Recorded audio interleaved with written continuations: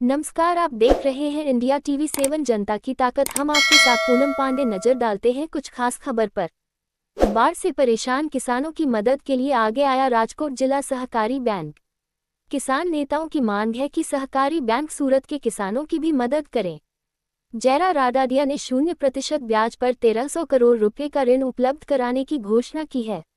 उस समय किसान नेता जयेश देलाडे ने मांग की कि सूरत और तापी जिलों के किसानों को 0% ब्याज पर 1000 करोड़ रुपए का ऋण उपलब्ध कराया जाए।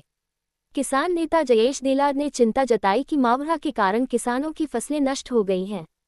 किसानों की हालत अच्छी नहीं है। राजकोट सहकारी बैंक की तरह सूरत जिला बैंक के अधिकारियों को भी निर्णय लेना चाहिए। पिछले वर्ष सूरत जिला बैंक ने वर्षा से हुए नुकसान के लिए 0% ब्याज पर 10,000 रुपये प्रति एकड़ तथा अधिकतम 50,000 रुपये प्रति 50 एकड़ का ऋण उपलब्ध कराया था। जयेश देलाड, किसान नेता, सूरत से ब्यूरो रिपोर्ट। जयेश देलाड, ખેડૂત આગેવાન। સમગ્ર ગુજરાતમાં આ વર્ષે જ્યારે માવઠાના કહેરને કારણે સમગ્ર ગુજરાતનો ખેડૂત પરેશાન છે, એવા સમયે રાજ્યની સરકારે ખૂબ જ મોટું ઐતિહાસિક પેકેજ 10,000 કરોડનું માવઠાની અસરને કારણે ખેડૂતોને આપ્યું છે। સાથે સાથે તમે જો તો ઉદ્યોગપતિઓ પણ ખેડૂતોને વારે આવ્યા છે અને હવે સહકારી પ્રવૃત્તિ, જે સહકારી આંદોલન, જે ખાસ કરીને રાજકોટ ડિસ્ટ્રિક્ટ બેંકના આદિના ચેરમેન છે જયેશભાઈ રાડડિયાએ જે રીતે ખેડૂતોને વારે આવીને 0% વ્યાજે જે રીતે 1300 કરોડ રૂપિયાની આપવાની જે જાહેરાત કરી છે, ખૂબ જ આવકારદાયક છે।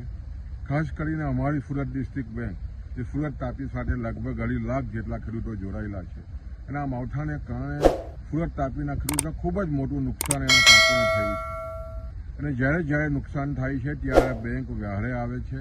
ગયા વર્ષે પણ સુરત ડિસ્ટ્રિક્ટ બેંકે જે રીતે 1 એકરે 10,000 રૂપિયા અને મહત્તમ 5 એકર સુધી 50,000 રૂપિયા 0% વ્યાજે આપીને ખૂબ જ ઉત્તમ ઉદાહરણ આ બેંકે પૂરું પાડ્યું છે। ત્યારે આવનારા દિવસોમાં પણ જે રીતે રાજકોટ બેંકે જે જાહેરાત કરી છે એવી જ જાહેરાત સુરત ડિસ્ટ્રિક્ટ બેંકના આદિના ચેરમેન બળવંતભાઈ કરે એવી ખેડૂતો આશા રાખી રહ્યા છે અને ખાસ કરીને જે સુરત ડિસ્ટ્રિક્ટ બેંક સમગ્ર ગુજરાતમાં પ્રથમ હરોળની બેંક છે। 10,000 કરોડથી પણ વધારે જ્યારે ફિક્સ ડિપોઝિટ ખૂબ જ સુપર વહીવટ ચાલી રહ્યો છે, ત્યારે આવા સમયે ખેડૂતો જ્યારે મુશ્કેલીમાં છે ત્યારે ખેડૂતોને મદદ આવે એવી અમારી ખાસ ખેડૂતો વિનંતી છે।